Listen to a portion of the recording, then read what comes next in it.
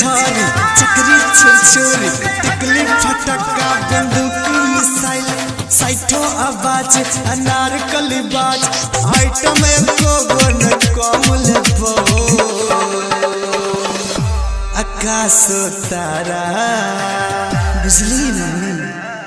आकाश तारा गना गिन बम लेबो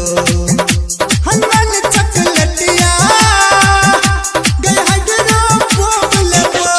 तेसी फुलझड़ी चक्री छुरछुरी टिकली फटक्का बंदूक मिसाइल साइठो आवाज अनारकली बाज आइटम एको गोन कम लेबो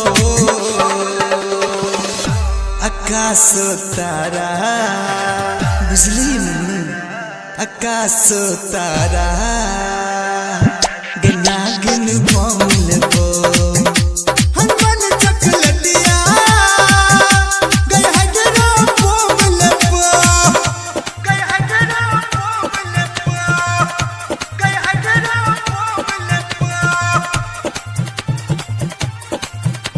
हनुमान चकलटिया गए हडरो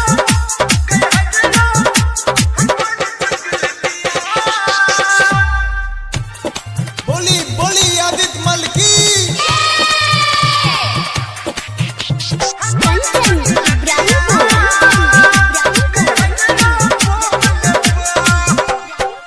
रहलो नहीं धिया पुता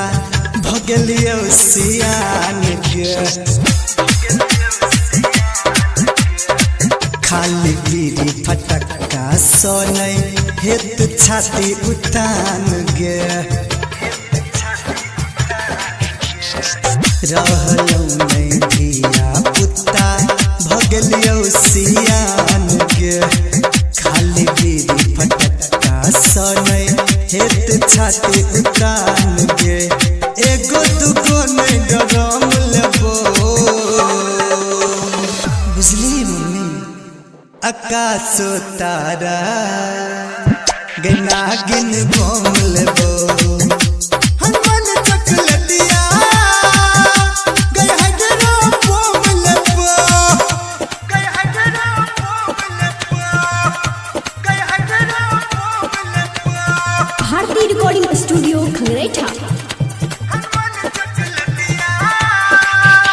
गए हडरो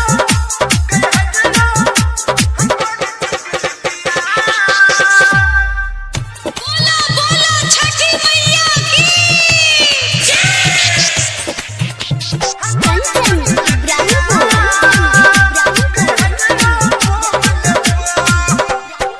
लाबत देखलो शंभुआ के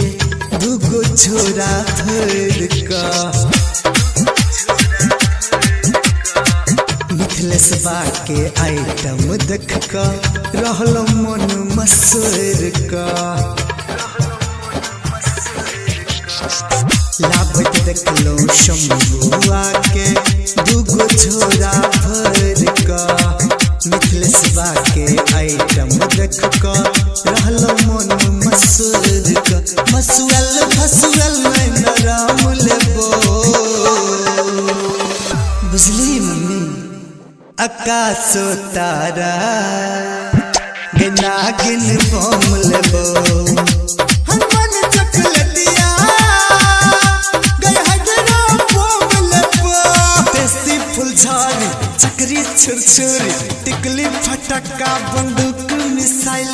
साइठो आवाज अनारकली बाज आइटम एको गोन कम लेबो